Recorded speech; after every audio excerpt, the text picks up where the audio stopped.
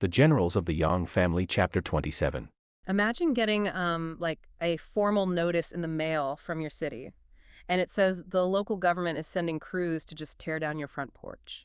Oh, wow. Yeah, because it supposedly violates some newly discovered, highly specific zoning ordinance, right? Right. Which is, I mean, that's incredibly frustrating on its own. Exactly. But what if that porch wasn't just a porch? What if it was, a protected historical monument, something that was explicitly granted to your family by the president of the country? Just to honor, like, your family's military sacrifice or something. Yes.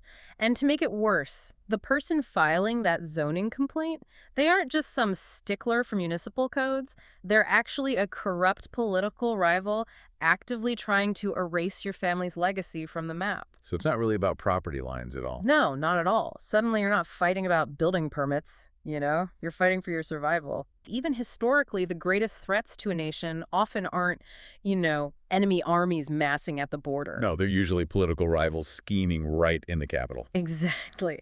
Okay, so we start with the inciting incident, what you could basically call the drumbeats of disrespect. That is a great way to put it. Thanks. So we have this character named Shi Jinwoo. He's a deputy official in the capital, and he makes this deliberate choice to parade his troops right past the Wuning Mansion and the Tianbo Pavilion. And just for context for the listener, these are the ancestral homes of the legendary Yang family. They're like the preeminent military family of the dynasty. Right. And the established law of the land actually dictates that anyone passing this specific estate has to dismount their horse. It's a mandated sign of respect. But Shi Jinwoo refuses. He refuses. He just stays seated.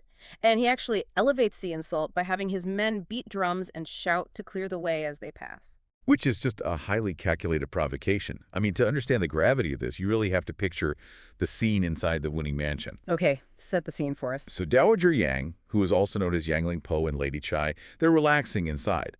And suddenly, the walls of their home are literally shaking with this incredibly loud, aggressively disrespectful procession. I'd be furious. Oh, she is. Dowager Yang's fury is entirely justified here because this law, it wasn't just some mere courtesy or a local custom. Right, it was formal. Exactly.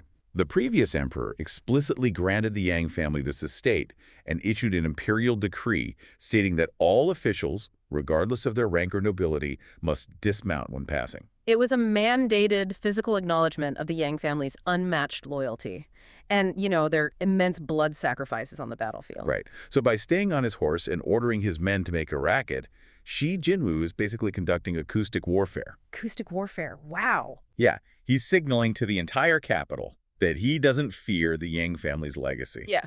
And critically, he does not respect the previous emperor's decree. So he's sort of testing the waters, right? Seeing if the current administration still protects the old guard. Exactly that. Well, I mean, just to put this in perspective for you listening, this isn't just someone blasting their car horn in a quiet neighborhood.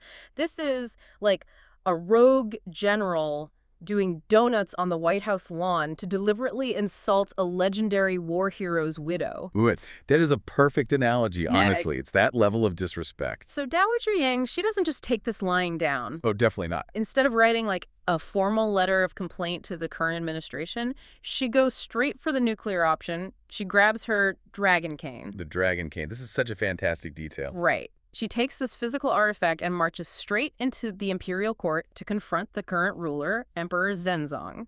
And the emperor actually steps down from his elevated throne platform just to greet her. And the visual power of that moment in the imperial court, it just cannot be overstated. The dragon cane is not a walking stick. It's not just for mobility. No, it's a proxy for the previous emperor's authority.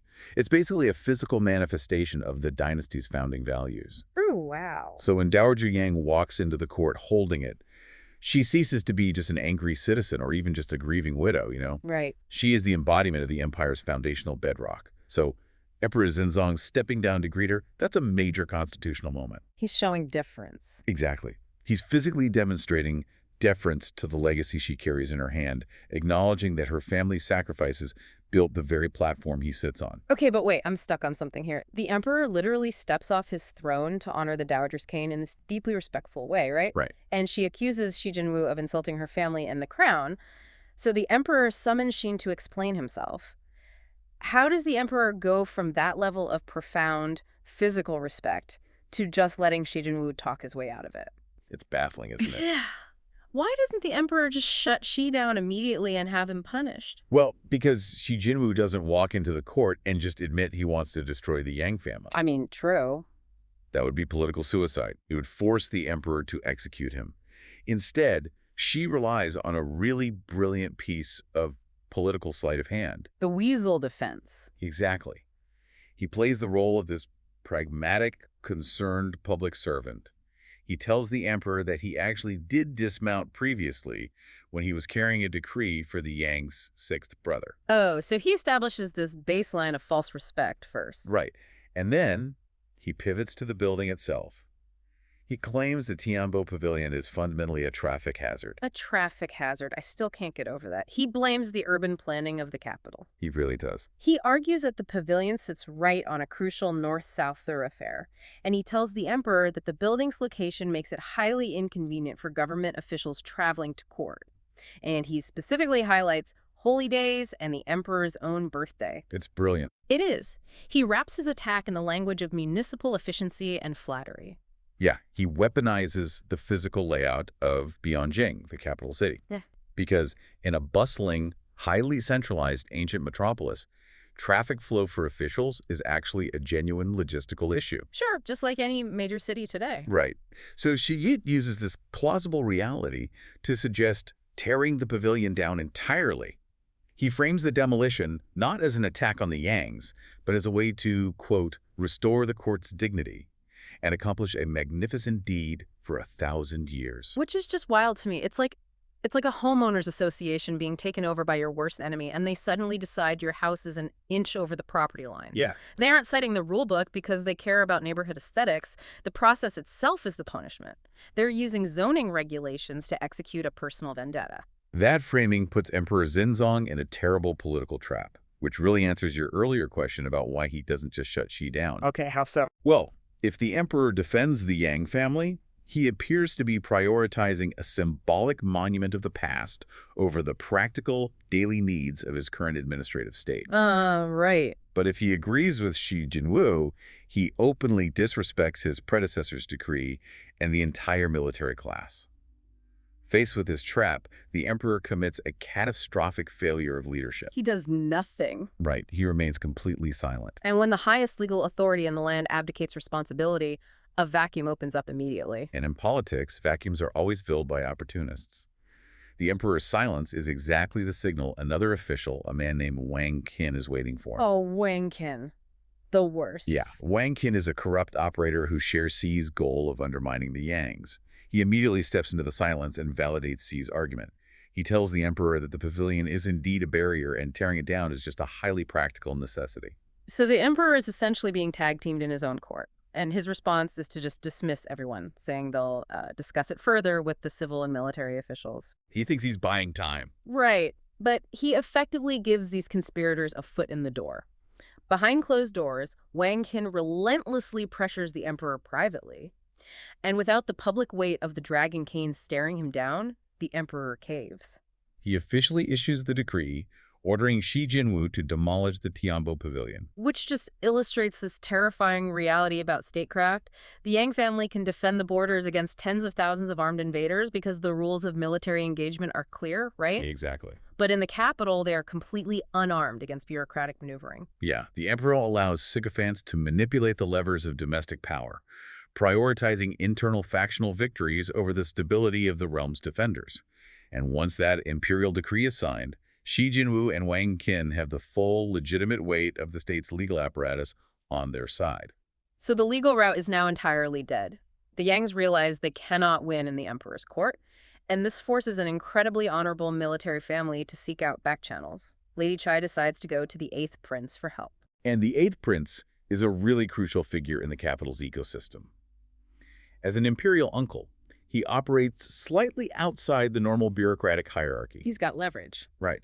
He has the social and political clout to speak bluntly to the emperor without facing the immediate repercussions a standard minister might face. Lady Chai is hoping he'll use that untouchable status to just storm into the palace and demand justice. But his advice is shocking. It is purely cynical and pragmatic. He tells her that reversing a formal imperial decree is incredibly difficult because it requires the emperor to publicly admit he was manipulated, which, makes the crown look weak. Nobody wants to look weak. Exactly. So instead, the eighth prince suggests they target Shi Jinwu's personal flaws. He tells the family of the most honorable generals in the land to pay a bribe. The eighth prince recognizes that the rules of engagement have completely shifted. They're no longer operating in a system governed by honor, loyalty, or even the law. They're in the mud now. Yeah, they're operating in a marketplace of leverage and extortion. His strategy is simple. Use Xi's greed to buy time. If they can pay him off to delay the demolition crews, the eighth prince can find a private, face-saving moment to talk the emperor into quietly rescinding the order. So Dowager Yang, she swallows her pride and sends the bribe. She sends a jade belt and exactly 40 taels of gold. And just to put that into perspective for you listening, 40 taels of gold in this era is a staggering sum. Oh, yeah. It's a life-changing fortune. It's enough to purchase massive estates or even fund small armies. Right. So it arrives at Shi Jinwu's mansion, and he is thoroughly tempted. He consults his confidant, a man named Lu Jian, and Lu Jian delivers what has to be the most refined piece of corrupt bureaucratic logic in history. It really is. Lu Jian essentially explains the mechanics of the perfect bureaucratic grift. He tells Yi to take the gold, because by sending the bribe, the Yangs are implicitly admitting defeat. Which strokes Xi's ego, right? Exactly. It strokes his ego and establishes his dominance. Yeah. But then, Lu Jian advises Yi to stall the demolition slowly. If he can keep the emperor waiting while leaving the building standing, Dowager Yang will be forced to send even more gifts to ensure his continued delay. Wait, really? So he gets paid by the Yangs to do nothing while holding the emperor's decree as a perpetual threat to extract even more wealth. That's the plan. It's the ultimate extortion racket. The official gets wealthy by weaponizing his own inefficiency. It's like paying off the mob to protect your store. Yes. But this perfect, corrupt plan falls apart rapidly. It shatters, mostly because systemic corruption always cannibalizes itself. The mechanism of failure here is Wang Xin, the other corrupt official who originally helped Shi in the courtroom. Right, the co-conspirator. Right. Wang Qin discovers that Shi accepted the 40 taels of gold and the jade belt from the Yangs. And Wang Qin does not care about Shi's personal wealth. His factional goal is the destruction of the Yang family's political power. So what does he do? He goes straight to the emperor and uses the knowledge of the delay to force the emperor's hand again. Wow, so he weaponizes his own co-conspirator's greed to ensure the factional mission is accomplished. Like I said, it's like paying off the mob to protect your store, but a rival boss finds out and forces the hit anyway. That's exactly what happens. The emperor issues an urgent, immediate decree demanding the demolition begin at once. Shi Jinwu receives this direct command and is completely trapped. He can't stall anymore. Nope. Despite the fortune in gold, he has no choice but to send his crews out immediately. They start physically ripping down the top floor of the Tianbo Pavilion, leaving the middle floor intact, only temporarily. The Yangs tried to play the dirty political game, paid the extortion money, and still lost. They're forced to stand by and watch the roof of their ancestral monument just get destroyed by city workers. This is the real crisis point. The eighth prince's delay tactic failed. The legal defense failed. The bribery failed. And Dowager Yang realizes the momentum of this political machine is not going to stop with the pavilion. If they don't halt this right now, the Wuning Mansion, their actual living quarters, is the next target on the zoning agenda. They need a miracle. They need their ultimate asset. They need Sixth Brother. But the problem is, Sixth Brother is not in the capital. He is stationed far away at the Three Passes, actively commanding the military forces guarding the border against enemy invasion. And the logistics required to reach him underscore the sheer desperation of the family. The text specifically notes it is May, during sweltering, oppressive heat. It's brutal weather. Yeah, they can't trust regular couriers with a message of this magnitude. So Ninth Sister volunteers for the mission. And she makes a grueling, scorching journey from the capital to the military encampment at the border in a single day. A single day. The physical toll of that ride is immense. It really reflects the high stakes of the political warfare happening back home. So she arrives at the border camp, finds Sixth Brother, and delivers the news. And think about this. While he is out in the extreme heat, risking his life and his soldiers' lives to protect the borders of the empire, The politicians back in the safety of the capital are using zoning loopholes to tear the roof off his family's home. It's sickening. Sixth brother is horrified. He cannot fathom how the imperial court allowed this to happen, but he's immediately thrust into an impossible soldier's dilemma. And this dilemma is really the emotional and thematic core of the narrative. Sixth brother is the supreme commander guarding a vital, active military border. He has not received an imperial summons to return to the capital. Which is a huge problem. A massive problem. In the military doctrine of the era, a commander leaving his post without explicit orders is not taking personal leave. It's desertion. It is a capital crime classified as treason. So if he stays at his post and does his duty, his family is politically and physically destroyed by his own government. But if he leaves to save his family, he becomes a traitor to the very crown he's sworn to protect, risking execution for himself and his entire bloodline. Exactly. To resolve this, they have to engineer a highly dangerous cover story. Ninth Sister convinces him that his massive personal influence is the only thing that can halt the demolition. Just a quick trip. Right. He only needs to leave secretly for a few days, intimidate the bureaucrats, and return before the broader chain of command realizes he was ever gone. So sixth brother calls in his most trusted deputies, Yu Sheng and Meng Liang. He informs them he has a family emergency and must go off the books. He orders them to maintain strict guard over the border in his absence. But there's a very specific instruction he leaves them that highlights the fragility of this plan. Oh, about Jiao Zhan. Yes. He tells them, if Jiao Zhan asks where I am, tell him I went hunting in Meishan. Why is that detail so important? Because it reveals the internal politics of his own military camp. Jiao Zhan is one of his deputies, known for being fiercely loyal but incredibly hot-headed and impulsive. Oh, okay, I see where this is going. Yeah, Sixth Brother knows that if Jiao Zhan discovers the capital tiers, politicians are attacking the Yang family home while they freeze and bleed on the border, Jiao Zhan might just abandon his post and start a full military mutiny. Oh, wow. The stability of the entire border defense hangs on the flimsy lie that the commanding general just went hunting in the mountains. So under the cover of darkness, Sixth brother rides out. He leaves the fortified safety of his military camp and heads into the night toward Bianjing. And consider the tragic irony of this image for a second. It's really powerful. Here is the most skilled, loyal soldier in the entire empire, a man whose very identity is defined by his family's generational sacrifice to keep the ruling dynasty safe. And he is forced to commit treason, abandoning his post and sneaking through the shadows, all because a faction of corrupt desk bureaucrats manufactured a fake zoning dispute to demolish his front porch. The text brilliantly exposes the vulnerability of the warrior class to the administrative class. I mean, the Yang family can outmaneuver any foreign army, but they are consistently outmaneuvered by men like Xi Jinwu and Wang Qin. They're fighting two different wars. Exactly. The rules of the battlefield are based on force and strategy, but the rules of the capital are based on leverage, deceit, and the manipulation of the law itself. Okay, let's shift scenes. Yang Luling. A very high-ranking, serious guy. Exactly. It's the middle of the night. He is riding through the darkness with his sister, Ninth Sister. They are on a desperate secret mission, riding far away from their military post at the Three Passes. Right. And they're approaching this dense, quiet area known as Crow Forest. The tension is incredibly high. It has to be. I mean, they are attempting to slip into the capital, which at this time is Tokyo, also known as Bianjing or Kaifeng, and they have to be completely unnoticed. Right. No one can know they're there. Exactly. The utmost secrecy is required because what they are doing operates in a very gray area of military protocol. Which makes the inciting incident so agonizing to read. Yeah. Because out of nowhere, a man jumps out of the woods and just blocks their path. And it's not who you'd expect. No, it's not an enemy spy or an imperial inspector. Yeah. It's Jiao Zhan, his own guy. And he's standing there in the middle of the night simply because he abandoned his post, eavesdropped on their classified plans, and just decided to follow them. It's so audacious. Right. And why?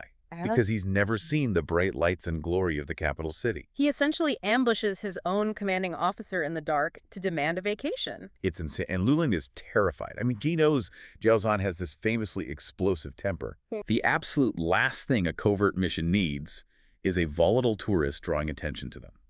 So Luling issues a direct order. He says, absolutely not. Go back to the base. I will reward you later. But Jiao Zhan refuses. He outright refuses. He literally threatens his commander. He tells Lu Lang, if you do not let me come with you to see the city, I am going to go to the capital by myself, and I will spread rumors everywhere that you secretly abandoned your military post. Wow.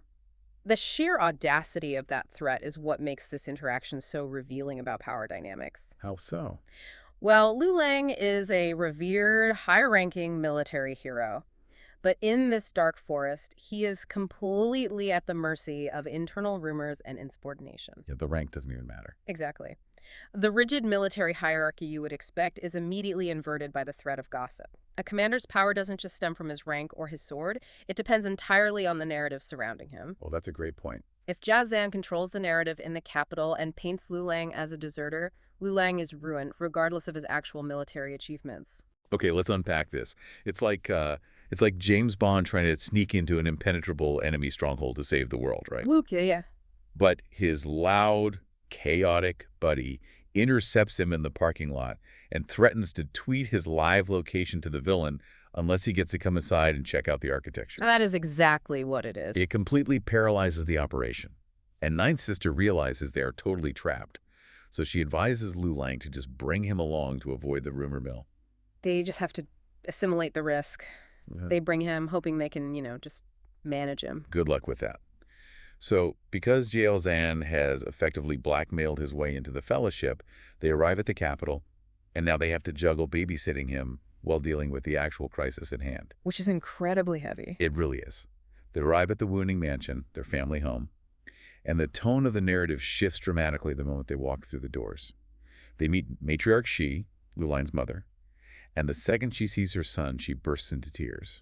The heartbreak in that scene is profound. You really have to understand the immense, almost unfathomable grief of the Yang family to grasp the stakes. Right. Matriarch.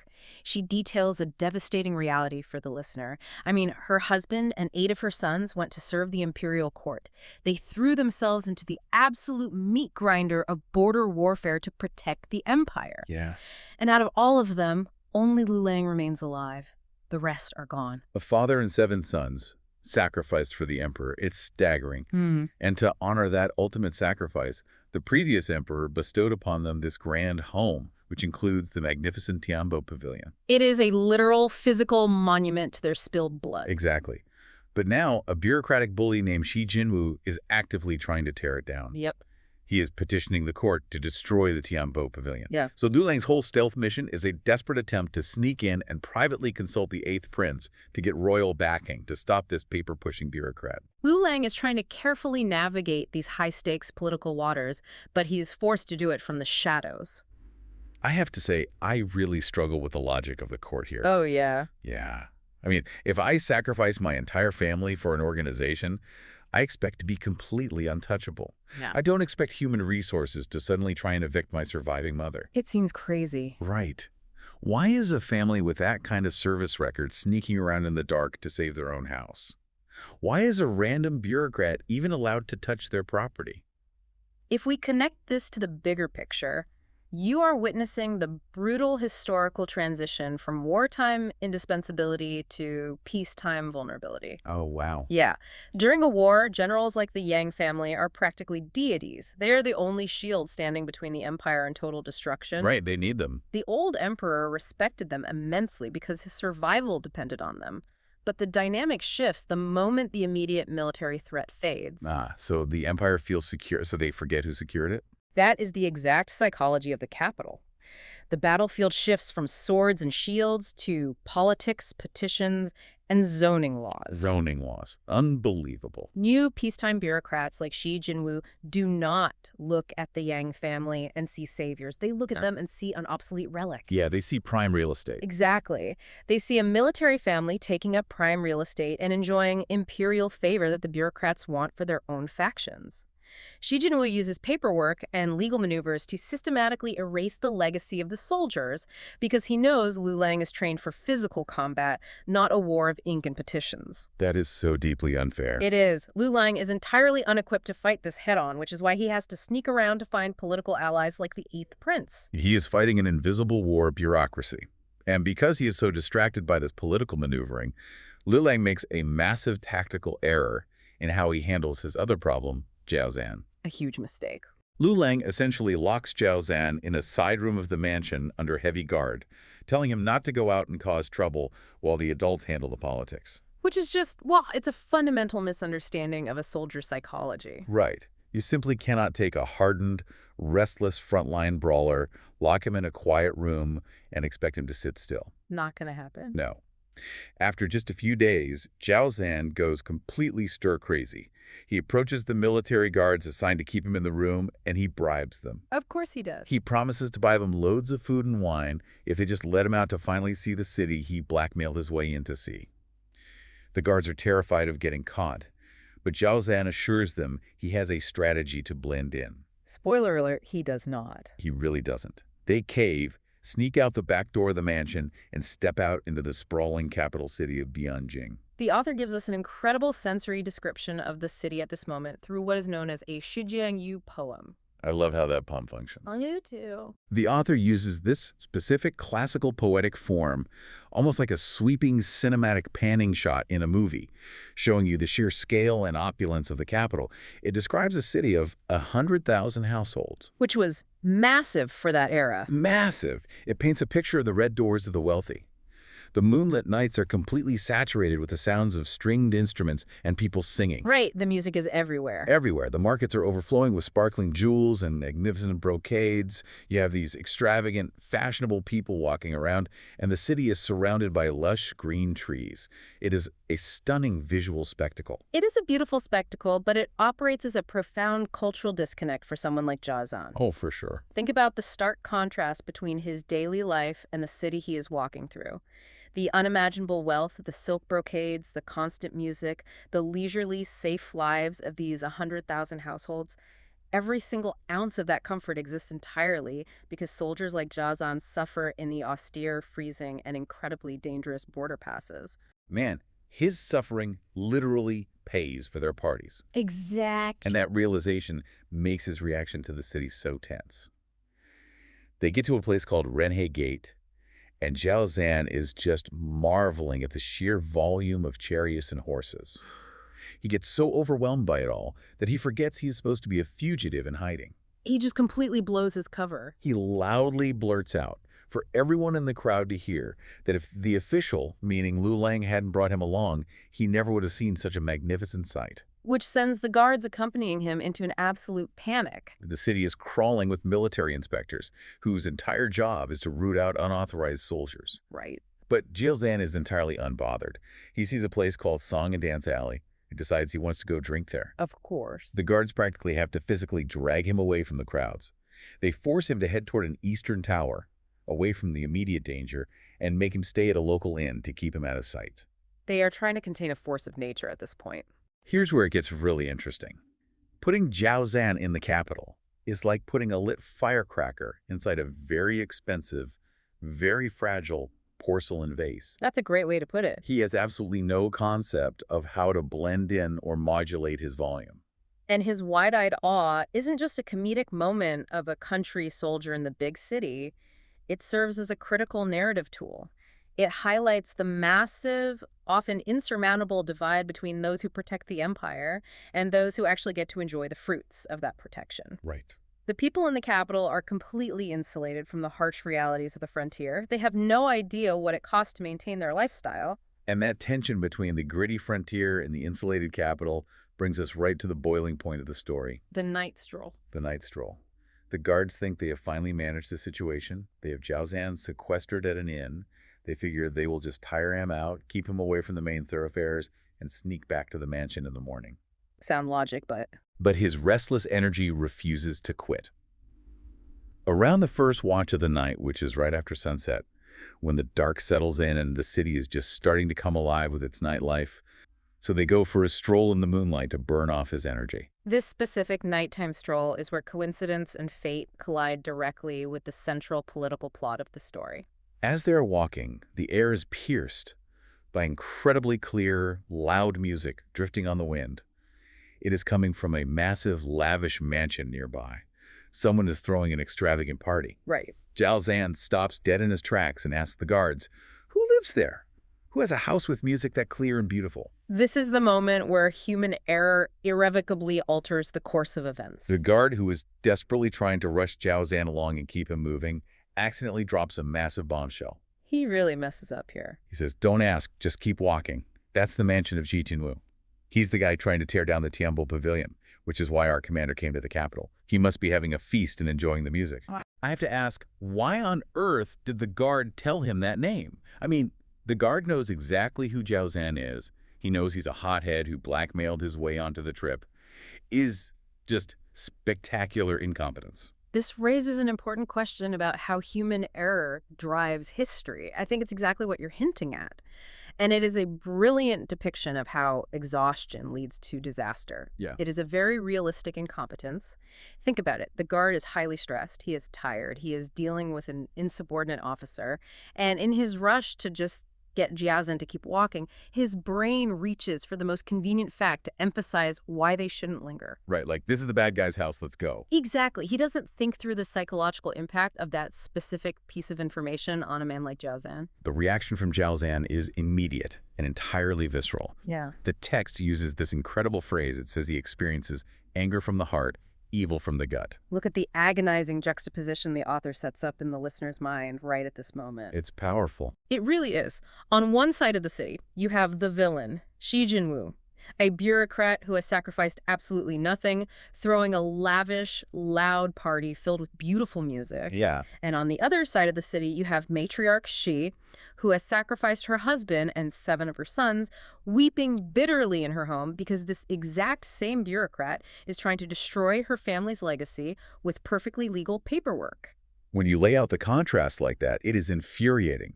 You almost can't blame Jiao Zhan for snapping. Not at all. Up until this exact second, Shi Jinwu was just a name to him. Right. Just an abstract political puzzle for Lu Lang to solve with the 8th prince. Right, just some guy in a government building. But hearing that music, knowing this guy is celebrating while the matriarch weeps, it breaks whatever restraint Jiao Zhan had left. He's done. He turns to the terrified guards who are now threatening to run and tell Lu Lang, and he basically tells them to do whatever they want. He says he is going in to investigate. And he sneaks right into the back door of Shi Jinwu's mansion, and the guards just flee for their lives into the night. The situation escalates in an instant, from a slow, covert political mission to an imminent physical confrontation. Jiao Zhan hears the music, he recognizes the profound injustice of it, and he bypasses the politics entirely. He goes straight for the back door to handle things the only way a frontier soldier knows how.